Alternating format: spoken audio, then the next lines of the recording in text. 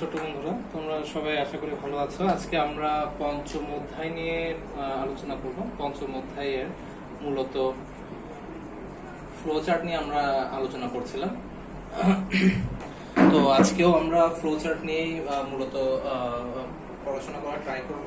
তো ফ্লো চার্টের মধ্যে আজকে আমরা কয়েকটা অ্যালগরিদম রিলেটেড কোয়েশ্চেন আমি এখানে সলভ করার ট্রাই করছি মূলত। তো আমাদের লাস্ট ফ্রাইডে ক্লাসে আমরা যেটা নিয়ে আলোচনা করেছিলাম সেটা ছিল হচ্ছে একটি পূর্ণ সংখ্যা জোড় নাকি বিজোড় সেটা অ্যালগরিদম লিখতে হবে আর কি। তো আজকে যেটা নিয়ে আমরা আলোচনা করব সেটা হচ্ছে প্রথমে যেটা নিয়ে আলোচনা শুরু করছি আর কি। সেটার প্রশ্নটা হচ্ছে একটি পূর্ণ সংখ্যা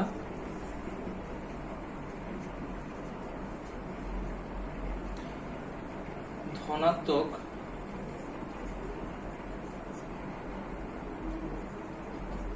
নাকি ঋণাত্মক তা নির্ধারণের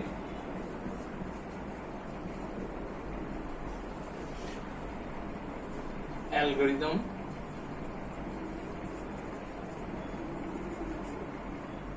লেখো এবং ফ্লোচার্ট অঙ্কন করো।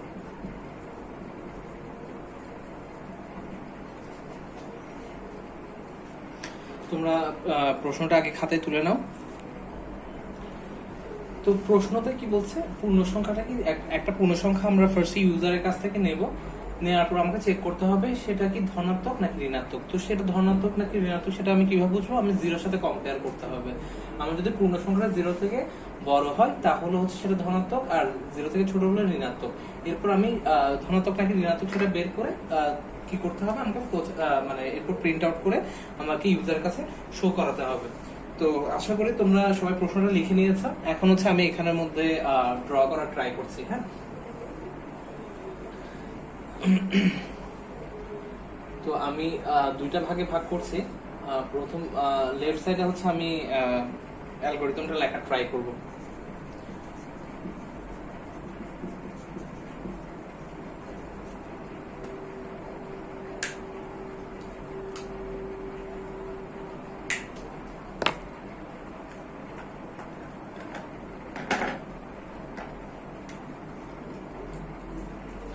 তো প্রথম ধাপ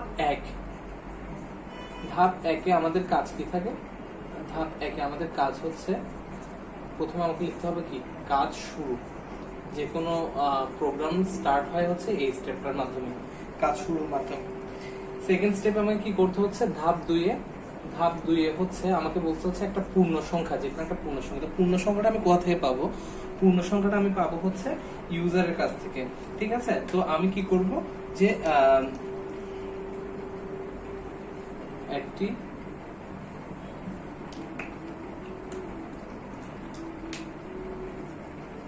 পূর্ণ সংখ্যা এ ইনপুট গ্রহণ।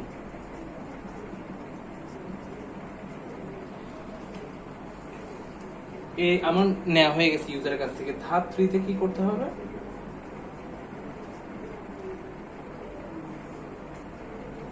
এ গ্রেটার দেন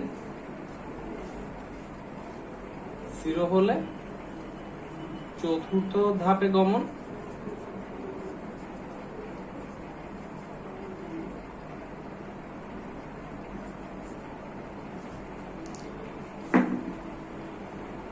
নতুবা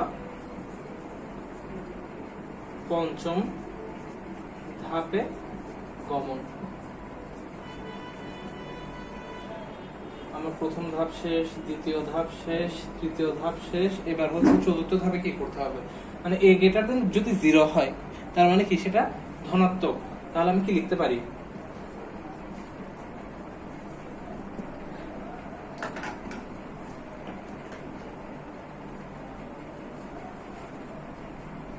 ধাপ 4 আমরা লিখতে পারি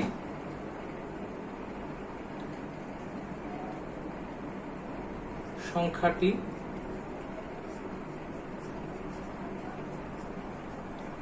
ধনাত্মক প্রদর্শন।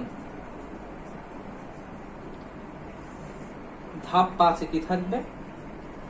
আচ্ছা, এখান থেকে আবার আমাকে বলে দিতে হবে যে এখান থেকে ধাপ 6 যেতে হবে। ধাপ 6 গমন। ঠিক আছে, এরপর ধাপ 5 কাজ কি? ধাপ 5 সে বলবো হচ্ছে সংখ্যাটি ঋণাত্মক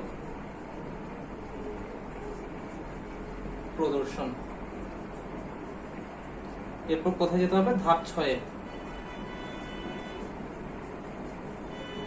এখন আমার তো কাজ হয়ে গেছে, আমি তো সংখ্যাটা ধনাত্মক নাকি ঋণাত্মক সেটা বের করতে চেয়েছিলাম, সেটা আমি বের করে ফেলছি। এখন আমাকে কি করতে হবে? ধাপ 6 আমার আর কোনো কাজ বাকি আছে? বাকি নেই। তাহলে আমি ধাপ 6 কি লিখে দিব?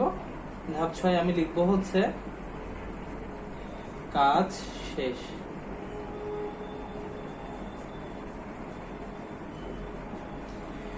এখন এই অ্যালগরিদম দেখে দেখে আমাদেরকে ফ্লোচার্টটাকে ড্র করে ফেলতে হবে।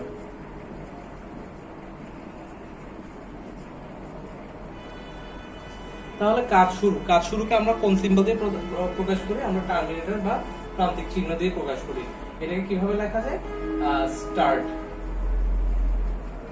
ঠিক আছে, এরপর সেকেন্ড স্টেপে আমাকে কি বলছে?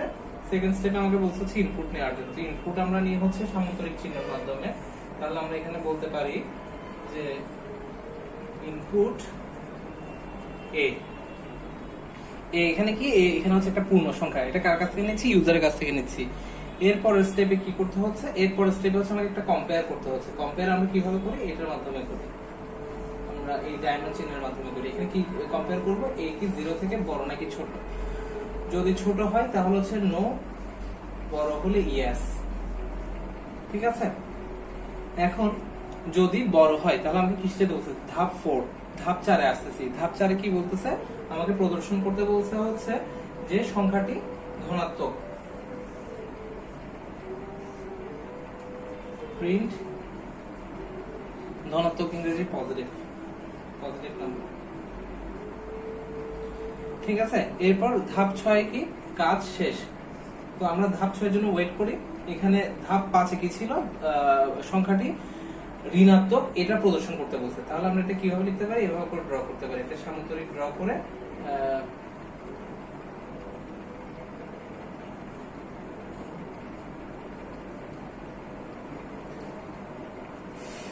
লিখতে পারি প্রিন্ট নেগেটিভ নাম্বার। এখন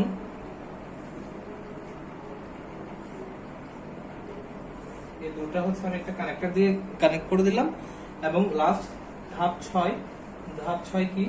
এন্ড। তো এটা খুব ইজি একটা এক্সাম্পল ছিল তোমাদের জন্য, আশা করি তোমরা সবাই বুঝতে পারছো। এখন আমরা একটু ডিফারেন্ট একটা এক্সাম্পল আমরা এখন করতে যাব। এটা এখন যে এক্সাম্পলটা করব সেটা হচ্ছে তিনটি সংখ্যা মধ্যে বড় সংখ্যাটা বের করার অ্যালগরিদম আমাদেরকে ড্র করতে হবে। তিনটা সংখ্যা তুমি পাবা, সেই তিনটা সংখ্যার মধ্যে যে সংখ্যাটা বড় সেই সংখ্যাটা বের করার জন্য যে অ্যালগরিদম সেটা তোমাকে রেডি করতে হবে। তো আমরা শুরু করে দিই।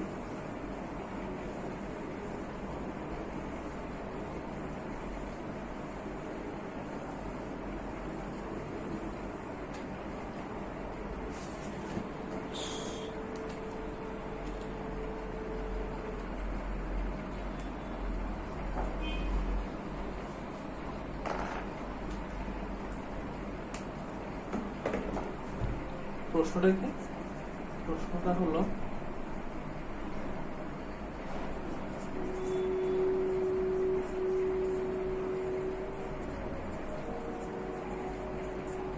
তিনটি সংখ্যার মধ্যে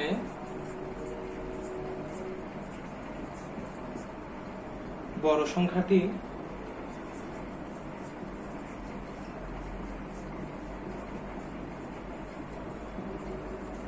বের করার অ্যালগরিদম লেখো। তো আমরা আবার কি করলাম? অ্যালগরিদম লেখা এবং ফ্লোচার্ট অঙ্কন করা আর কি, এবং ফ্লোচার্ট অঙ্কন করবা। ঠিক আছে, তাহলে আমি ফার্স্টে কি করতেছি?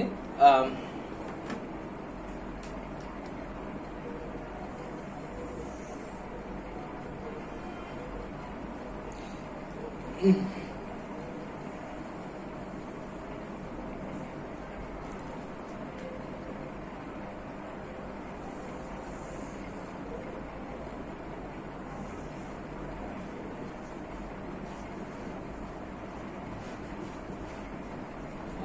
আমি পাশে লেখা ট্রাই করতেছি। তো অ্যালগরিদমটা আচ্ছা, এটা অ্যালগরিদমটা একটু বড় হবে, তোমরা আগে প্রশ্নটা লিখে ফেলো, তারপর হচ্ছে আমি অ্যালগরিদমটা ড্র করতেছি। তোমরা প্রশ্নটা লিখে ফেলো।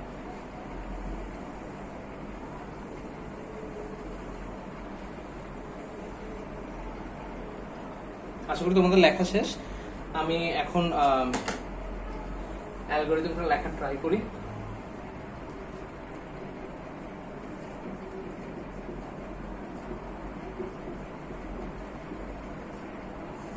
তো প্রথমে আমাদের কি করতে হবে? প্রথম হচ্ছে ধাপ 1।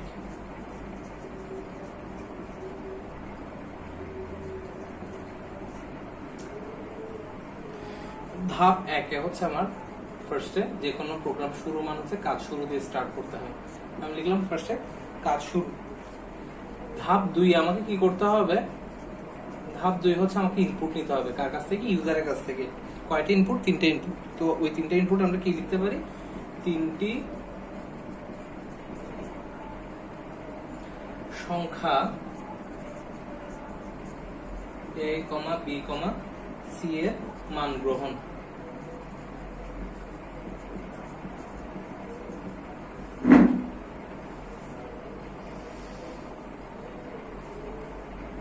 এরপর আসছে ধাপ 3। আচ্ছা হ্যাঁ, এরপর আসছে ধাপ 3।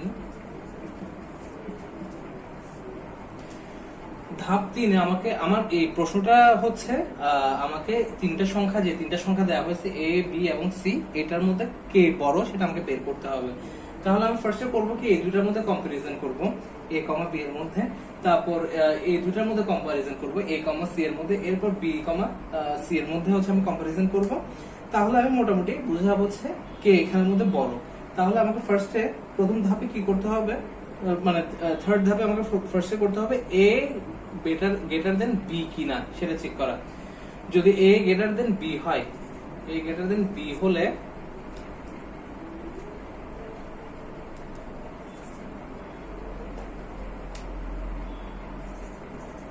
চতুর্থ ধাপে গমন।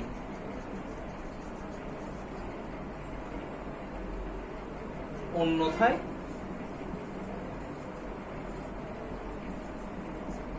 সপ্তম ধাপে গমন। এ যদি বি এর থেকে বড় হয় তাহলে আমি চতুর্থ ধাপে যাচ্ছি, আর না হয় আমি সপ্তম ধাপে চলে যাচ্ছি। এখন চতুর্থ ধাপে আমি কি করব? আমার এ যদি বি এর থেকেও বড় হয়, আবার এ যদি সি এর থেকেও বড় হয়, তাহলে তো সেই সবচেয়ে বড় নাম্বার, তাই না? তাহলে আমি এখানে এখন চেক করব, এই যেহেতু বি এর থেকে বড়, এখন আমি চেক করব এ সি এর থেকে বড় কিনা। ঠিক আছে, যদি এ সি এর থেকে বড় হয় তাহলে তো আমার এটা আমি পেয়ে গেলাম আমার সর্বোচ্চ নাম্বার। এখন আমি চেক করব এ সি এর থেকে বড় কিনা। এ সি এর থেকে বড় হলে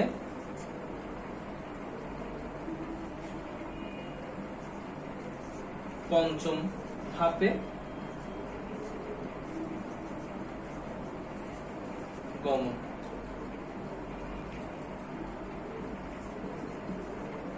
অন্যথায়,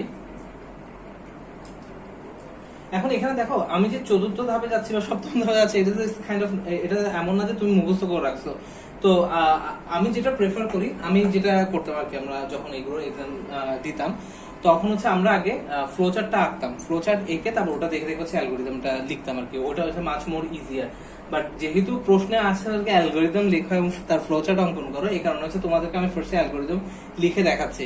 but it's much more easier if you start with the flowchart at first and following the flowchart you build the algorithm. ওটা হলে সবচেয়ে ইজি হয় আর কি। আচ্ছা এনিওয়েজ, কারণ তোমরা এখানে হয়তো কনফিউজ হয়ে যেতে পারো যে আমি কিভাবে আগে থেকে জানলাম যে এ যদি বি এর থেকে বড় হয় তাহলে আমাকে চতুর্থ ধাপে যেতে হবে, অন্যথায় সপ্তম ধাপে যেতে হবে। It's kind of confusing, right? তো এটা ইজি হবে যখন হচ্ছে তুমি কি করবা, ফ্লোচার্টটা আগে ড্র করে ফেলবা। এনিওয়েজ, এ যদি সি এর থেকে বড় হয় তাহলে আমি পঞ্চম ধাপে যাচ্ছি, অন্যথায় আমি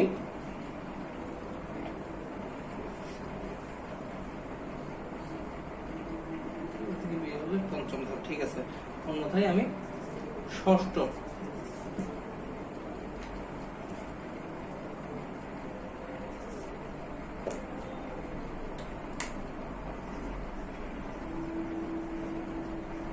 ছয় নং ধাপে গমন।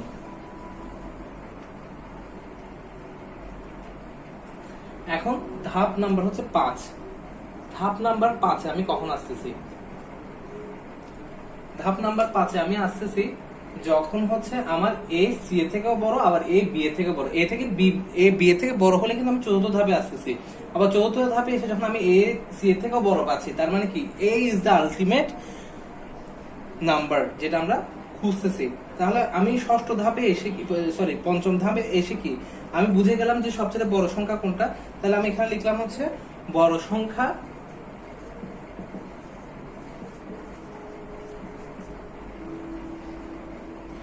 এ ছাপাও বা প্রদর্শন করো। ছাপাও ইটস নট গুড ওয়ার্ড। প্রদর্শন করো এবং নবম ধাপে গমন।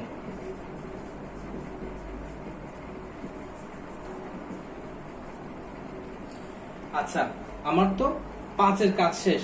এখন দেখো আমি যদি এ থেকে বি বড় না হতো তাহলে আমাকে যেতে হতো সপ্তম ধাপে, আর এ থেকে সি যদি বড় না হতো তাহলে আমাকে যেতে হতো কত নাম্বার ধাপে? ষষ্ঠ ধাপে, ঠিক আছে। তো আমি ধরে নিচ্ছি যে আমার এ থেকে সি বড় হয় নাই, ঠিক আছে। আমি ধরে নিচ্ছি হচ্ছে এ থেকে বি বড় হয়েছে বাট সি থেকে বড় হয় নাই। তাহলে আমি কি করতে হবে? তাহলে আমাকে কত নাম্বার ধাপে যেতে হবে? ধাপ নাম্বার 6 যেতে হবে।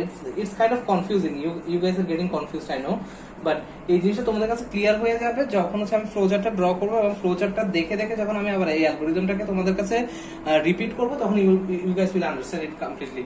আচ্ছা, ধাপ 6 আমি ধরে নিচ্ছি হচ্ছে এ থেকে এ বি এর থেকে বড়, হ্যাঁ, কিন্তু সি এর থেকে ছোট। তাহলে আমাকে এখন কি করতে হবে? সি এর থেকে যেহেতু ছোট আমি পেয়ে গেছি, তাহলে আমার থেকে মনে হবে হচ্ছে কি বড় সংখ্যা সি।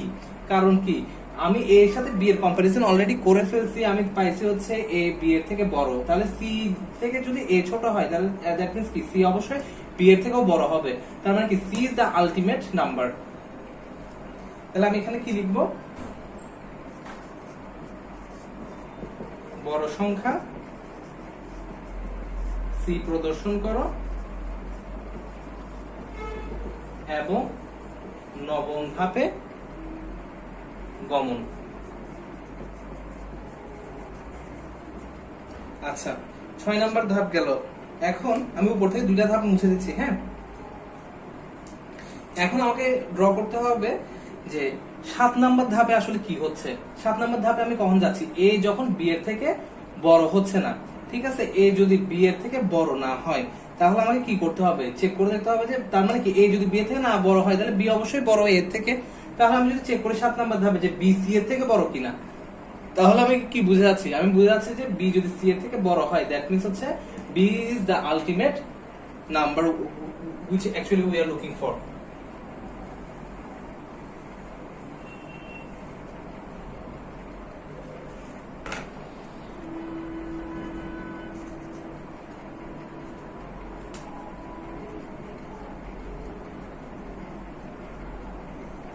ধাপ 7 আমাকে কি করতে হবে?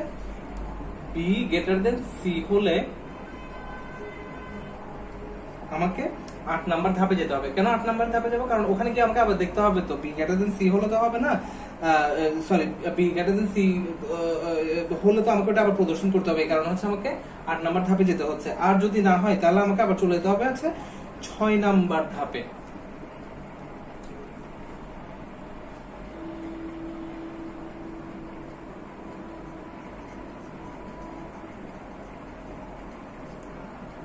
অন্যথায় আচ্ছা, আমি এখান থেকে কেন বলতেছি যে বি গ্রেটার দেন সি যদি না হয় তাহলে আমি ষষ্ঠ ধাপে কেন যেতে বলতেছি? তাহলে বি গ্রেটার দেন সি যদি না হয় তাহলে নিশ্চয়ই সি বি এর থেকে বড়, ঠিক আছে। আর সি যদি বি এর থেকে বড় হয়ে থাকে তার মানে কি C is the ultimate number.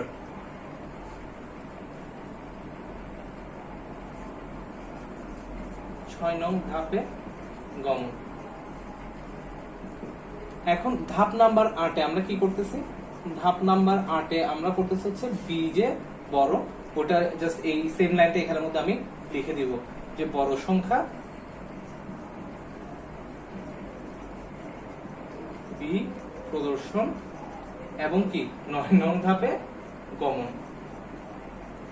এখন একটা জিনিস খেয়াল করো যে এই তিনটার মধ্যে কিন্তু এই জিনিসটা কমন, এও বলছে হচ্ছে 9ম ধাপে গমন করার জন্য, এও বলতেছে এবং হ্যাঁ এও বলতেছে তিনজনে কি বলতেছে 9 নাম্বার ধাপে যাওয়ার জন্য।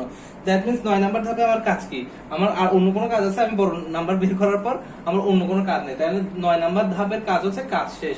তাহলে ধাপ 9 তোমরা এখানের মধ্যে লিখে দিতে পারো, আমি এখানে ছোট করে লিখে দিচ্ছি। ধাপ 9 মানে হচ্ছে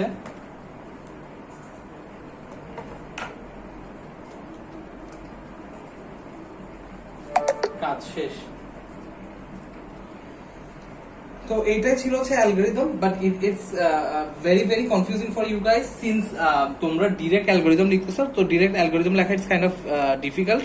আমি এখন যখন তোমাদেরকে ফ্লো চার্টটা এঁকে তারপর বুঝাবো এটা, তখন তোমাদের কাছে মাস মোর ইজি হয়ে যাবে। এবং আমরা কিন্তু এইটাই ফলো করতাম। এখন আমি ডিরেক্ট হচ্ছে ফ্লো চার্টে চলে যাচ্ছি। তবে ফ্লো চার্ট আমি বোঝানোর সময় I would like to recommend you guys to keep this note just in front of you so that you can relate, যে অ্যালগরিদমের সাথে এটাকে রিলেট করতে পারবে তোমরা। এনিওয়েজ এখন হচ্ছে আমরা ফ্লো চার্টে করতেছি।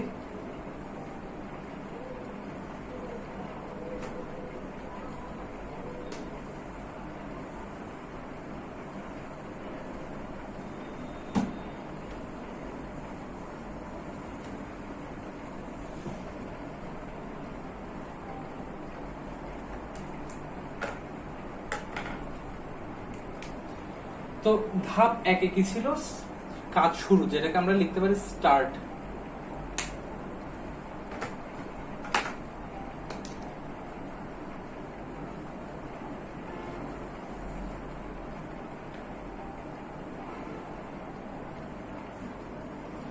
প্রথমে কাজ শুরু মানে হচ্ছে স্টার্ট দিয়ে,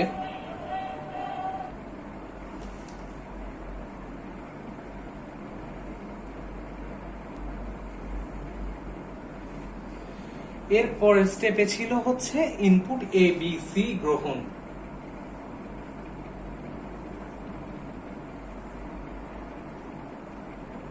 তাহলে আমরা লিখতে পারি ইনপুট এ কমা বি কমা সি। ঠিক আছে, এটা হচ্ছে সেকেন্ড স্টেপ। থার্ড স্টেপে এসে আমার চেক নিয়ে চলে গেছি হচ্ছে এ কি বি এর থেকে বড় কিনা। আমি কেন থার্ড স্টেপে এটা করতেছি? বিকজ আমাকে তিনটার মধ্যে বের করতে হচ্ছে। তো আমি যদি এ যদি বি এর থেকে বড় হয়, এ যদি আবার সি এর থেকেও বড় হয়, তার মানে কি এ তো আলটিমেটলি বড় সংখ্যা। কিন্তু যদি এ বি এর থেকে বড় কিন্তু সি এর থেকে যদি ছোট হয়, তাহলে কি হয়ে যাবে? সি কিন্তু বড় সংখ্যা হয়ে যাবে। কারণ কি এ যদি বি এর থেকে বড় হয়, তার মানে কি বি এর থেকে এ বড়, আবার সি যদি এ এর থেকে বড় হয়, তার মানে কি সি বেসিক্যালি এ বি দুজনের চেয়ে বড়, তাহলে কি সি হয়ে যাবে আলটিমেট বড় সংখ্যা। কিন্তু আচ্ছা, এটা আমরা স্টেপ বাই স্টেপ দেখাই। প্রথমে আমি চেক করব যে এ গ্রেটার দেন বি কিনা। ঠিক আছে, এই যদি বি এর থেকে বড় হয় তাহলে আমি একদিকে যাচ্ছি, বড় না হলে আরেক দিকে যাচ্ছি।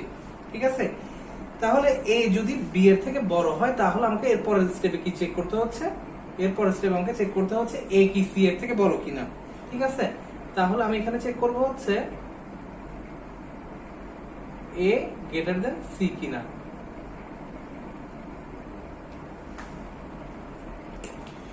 এখন এই বি এর থেকে বড়, এ যদি সি এর থেকে বড় হয়, তাহলে এখানেও কিন্তু দুইটা স্টেপ আছে, ইয়েস আর নো।